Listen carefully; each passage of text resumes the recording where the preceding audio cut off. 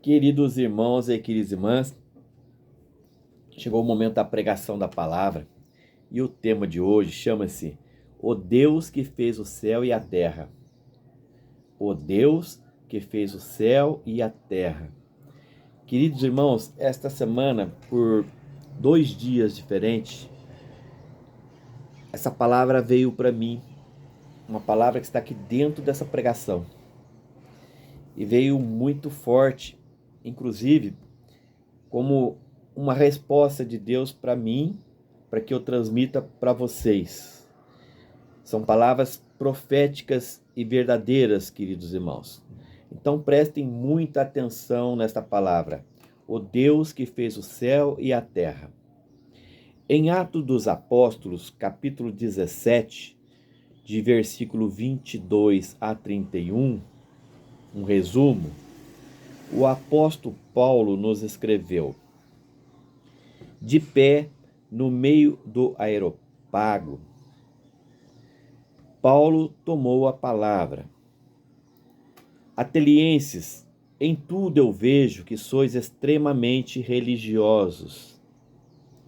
Com efeito, observando ao passar as vossas imagens sagradas, encontrei até um altar com esta inscrição: há um Deus desconhecido.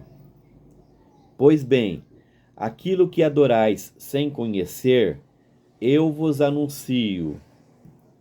O Deus que fez o mundo e tudo o que nele existe, sendo o Senhor do céu e da terra, não habita em templos feitos por mão humana.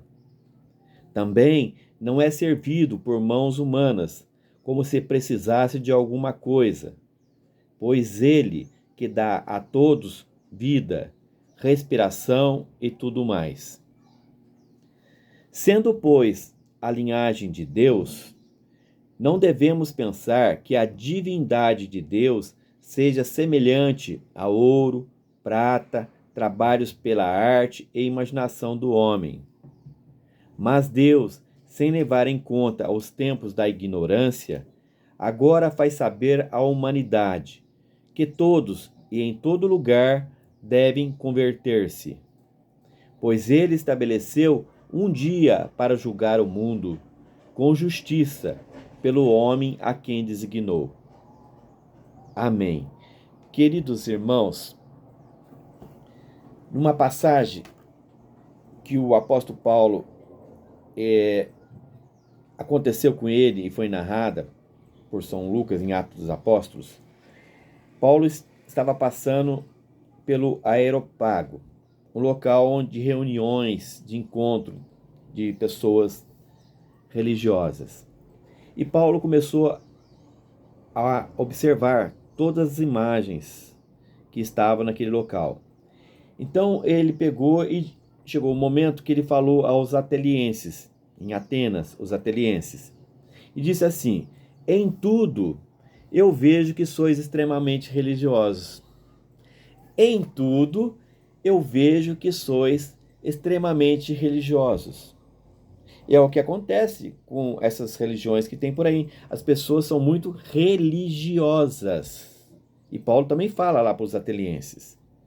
Mas Paulo diz: com efeito, observar ao passar as vossas imagens sagradas, quando ele estava passando e vendo as imagens sagradas, ele encontrou um altar com uma inscrição.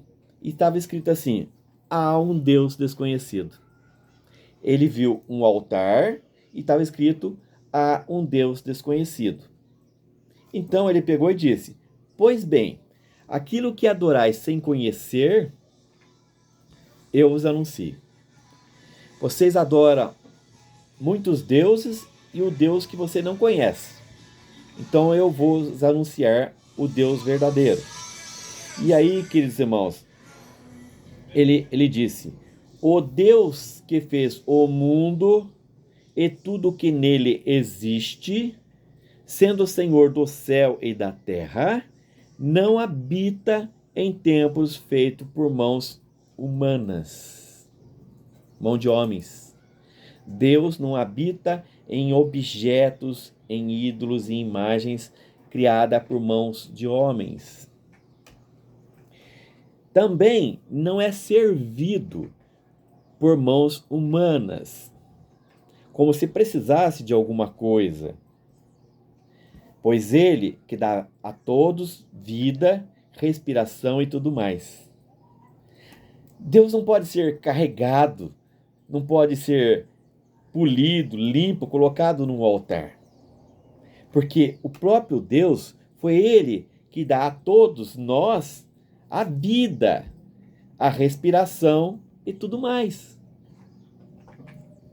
E Paulo continua, queridos irmãos, sendo, pois, a linhagem de Deus, nós viemos da linhagem de Deus, não devemos pensar que a divindade de Deus seja semelhante a ouro, prata, trabalhos pela arte e imaginação do homem.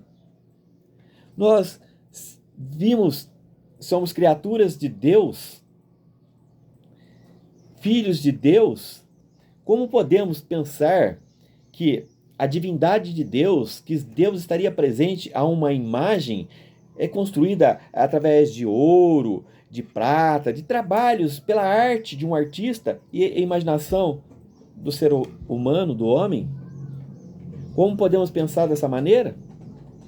Mas Paulo continua dizendo: mas Deus, sem levar em conta os tempos da ignorância, agora faz saber à humanidade que todos e em todo lugar devem converter-se. Irmãos queridos, esse versículo, o Espírito Santo falou por 2 vezes para mim, dando resposta para mim passar para vocês. Palavras proféticas, queridos irmãos. Mas Deus, sem levar em conta os tempos da ignorância, porque o ser humano vive na ignorância, agora faz saber à humanidade, a toda a humanidade, que todos, em todo lugar, devem se converter. A humanidade precisa se converter desta idolatria, desta imundície, dessa adoração a ídolos. Deus faz saber a toda a humanidade e em todo lugar que todos devem se converter-se. E por quê? Pois ele estabeleceu um dia para julgar o mundo com justiça, pelo homem a quem designou. O homem a quem Deus designou é o seu Filho amado, Jesus Cristo, aquele que reina e que julga com justiça. Está determinado um dia de julgamento para cada pessoa. Tudo vai ser colocado às claras. E tudo o que fizerem de errado e de pecado e cometer idolatria, através da justiça de Deus, serão cobrados, queridos irmãos. Deus irá julgar o seu povo. Essas palavras são proféticas, queridos irmãos. Eu recebi essa semana por 2 vezes em oração, pedindo uma palavra para Deus pelos meus desgostos de ver familiares meus idolatrando e não querendo renunciar à idolatria e achando que os homens de Deus, esse homem de Deus está errado. Queridos irmãos, então Deus disse muito claro, mas Deus, sem levar em conta os tempos da ignorância desta pessoa, agora faz saber à humanidade que todos e em todo lugar devem converter-se, devem mudar de vida, se arrepender, pedir perdão e não idolatrar mais. Deve se converter-se. Por quê? Pois Deus estabeleceu um dia para julgar o mundo. Vai ter um julgamento com justiça pelo homem a quem designou, nosso Senhor Jesus Cristo.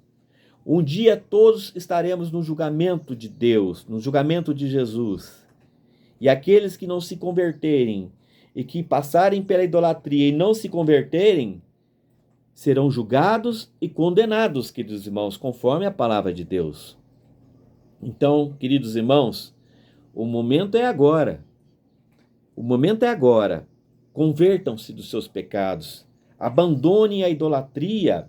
Fuge dessa podridão, dessa imundície que é chamada idolatria, ao qual você adora ídolos, imagens, como se fossem deuses. Deus vai julgar, queridos irmãos. Deus vai julgar com justiça. Arrependam-se e convertam-se enquanto há tempo. Amém.